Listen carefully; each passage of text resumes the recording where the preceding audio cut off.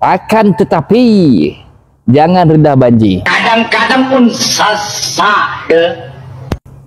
Hai, Assalamualaikum. Okey, hari ini saya nak explain sikit pasal air intake. Okey, air intake ni ada engineer buat dekat depan, ada air intake buat dekat belakang, ada air intake buat dekat sebelah sinilah yang ruang kosong ni.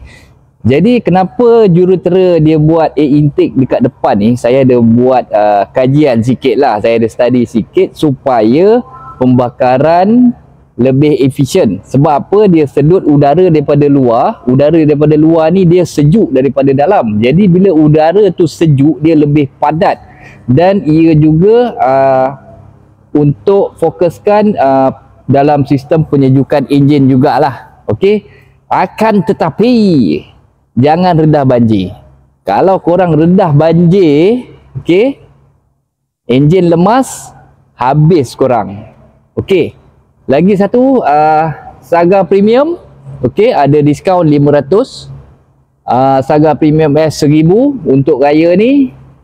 So kalau berminat boleh cek di bio saya. Okey.